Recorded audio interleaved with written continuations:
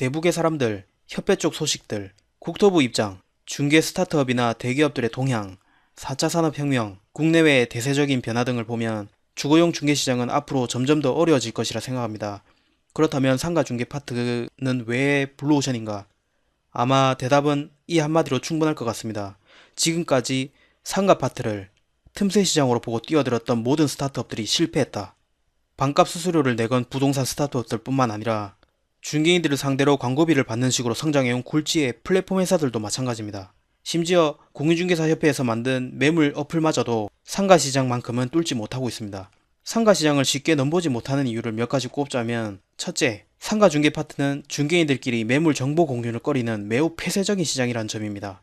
사실 상가 매물주들부터가 소문나는 것을 싫어한다는 점도 크게 한몫하고 있지만 경력 상가 중개인들 사이에서도 서로를 잘 믿지 않습니다.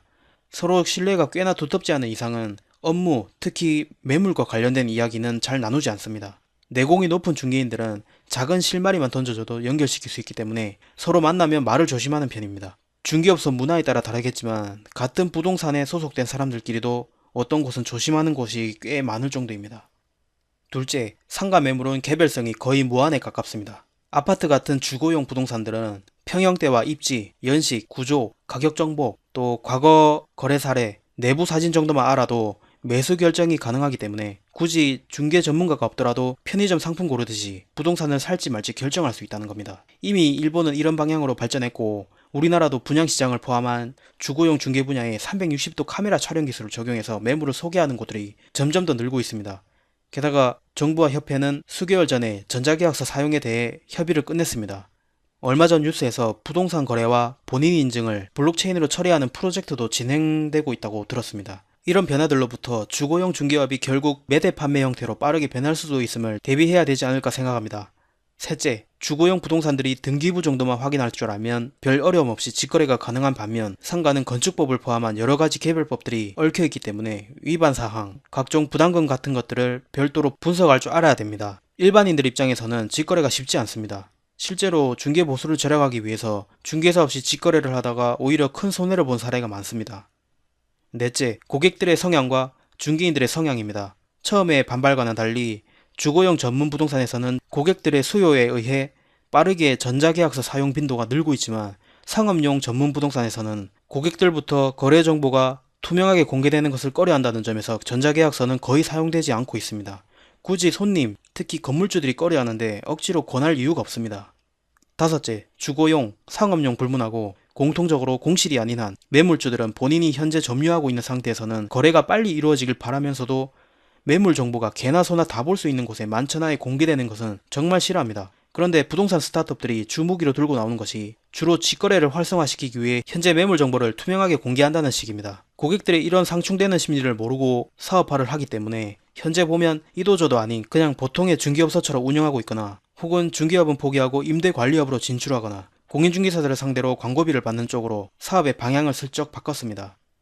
여섯째, 하나같이 마치 과거 데이터들을 공개하는 것이 자기들만의 아주 강력한 장점인 것처럼 착각하고 있다는 점입니다. 과거 정보들은 상가 매물의 매매가, 임대가의 적정성, 회전율을 판단하는 데 도움을 줄 수 있을 뿐이지 현재 시점의 매매, 임대 시장은 어떤 매물들이 얼마에 나와 있느냐에 좌우되는 경향이 훨씬 더 큽니다. 어떤 사람이 건물을 20억에 매수했다면 매수인은 해당 건물이 가져다줄 20억 플러스 각종 비용들을 훨씬 상회할 미래 가치를 보고 산 것입니다. 그 사람들에게 과거 거래 사례들은 단순 참고 자료일 뿐이지 현재 어떤 매물이 어떤 조건으로 중개시장에 나와 있는지가 훨씬 더 중요합니다. 주식거래와 마찬가지로 부동산도 과거 사례는 매매 결정 시 참고하는 수많은 요소들 중에 일부분일 뿐이고 그런 과거 정보들은 다른 사람도 아닌 상가 전문 공인중개사들이 가장 정확하게 알고 있습니다. 우리 사무실은 한국감정원의 요청으로 협력관계를 맺고 있었는데 그래서 저는 감정원이 얼마나 현장 정보에 목말라 있는지 또 얼마나 상가에 대해서 모르고 있고 상권과 상가 관련 데이터가 얼마나 빈약한 수준인지 너무나도 잘 알고 있습니다. 감정원은 우리가 엉터리 시세 정보를 제공해도 그냥 받아들일 뿐입니다. 일반인들은 감정평가사가 부동산의 가치를 가장 잘 안다고 생각하지만 그 사람들도 상가처럼 최근 거래 사례가 별로 없고 거래 주기가 긴 경우에는 공인중개사들로부터 정보를 제공받지 못하면 제대로 된 평가를 할 수가 없습니다. 상가 전문 공인중개사 없이는 애초에 데이터가 없기 때문에 정확한 감정평가가 불가능하다는 소리입니다.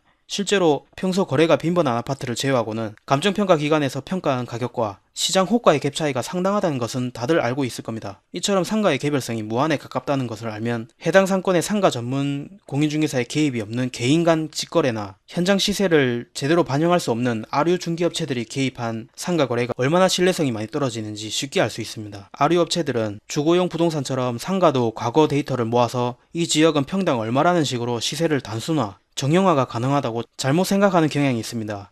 많은 집단들이 상가 중개시장이 먹음직스럽다 보니까 끊임없이 군침을 흘리는데 대부분은 상가의 이런 특성들을 모르기 때문에 프로젝트를 시작하고 시간이 흐르면 점차 상가 아파트는 하는 척만 하고 슬그머니 아파트와 원룸, 오피스텔만 주력으로 취급하는 것을 볼 수 있습니다. 7번째, 진입장벽입니다. 상가는 공인중개사들 사이에서도 생소한 영역인데다 블루오션임은 확실하지만 진입장벽이 높아서 무작정 열심히 한다고 해서 생존하기가 쉽지 않습니다. 반대로 말하면 이 시장에서 살아남는 나름의 기술을 갖고 있는 사람들에게 상가 중개는 최고의 사업이란 소리입니다. 통상적으로 신임 10명을 뽑으면 1년도 채 되기 전에 9명이 사라집니다. 어쩔 때는 11명, 12명이 사라질 때도 있습니다. 말장난이 아니고 기존에 있던 사람들도 그만둔다는 소린데 그 근본적인 이유는 부동산에서는 절대로 제대로 된 실전 노하우를 가르쳐주지 않는다는 점, 그리고 대부분의 중개인들은 30년에서 40년이나 된 매물개발법만을 알고 있기 때문에 늘 매물개발법에 대한 스트레스를 심하게 받고 있다는 점입니다. 개인적으로 다른 상가 중개인들을 딱히 경쟁자라 생각했던 적이 별로 없었던 것이 어차피 실전 노하우를 전수받지 못한 대다수의 중개인들은 슬럼프를 이겨내지 못하고 머지않아 이 시장에서 떨어져 나갈 것이란 것을 알고 있기 때문입니다. 상가 중개 시장을 잡아먹기 위해서는 지금의 중개인들을 대신해서 상가의 개별성과 폐쇄성을 커버해줄 대단한 사업 아이템을 갖고 나오거나 중개인들을 대체할 전문 인력들이 대거 필요합니다. 이 말은 결국 기존 상가 전문 중개업소들이 운영되는 방식과 별로 다를 것이 없다는 소리입니다. 상가 중개는 제대로 된 내공을 쌓은 중개인들에게는 여전히 블루오션입니다. 전문가적인 능력을 갖고 멀리 보고 이 시장에 들어온다면 상가 중개 시장에서 안정적인 수익을 가져갈 수 있습니다. 주거용을 하고 계신 분, 또 상가 쪽에 관심만 갖고 계셨던 분, 아니면 상가를 하고 계신데 흐름을 보고 좀 불안해 하시는 분, 이런 분들이 계시다면 그래도 조금 더 계속 해보는 것이 좋지 않을까 하는 생각입니다.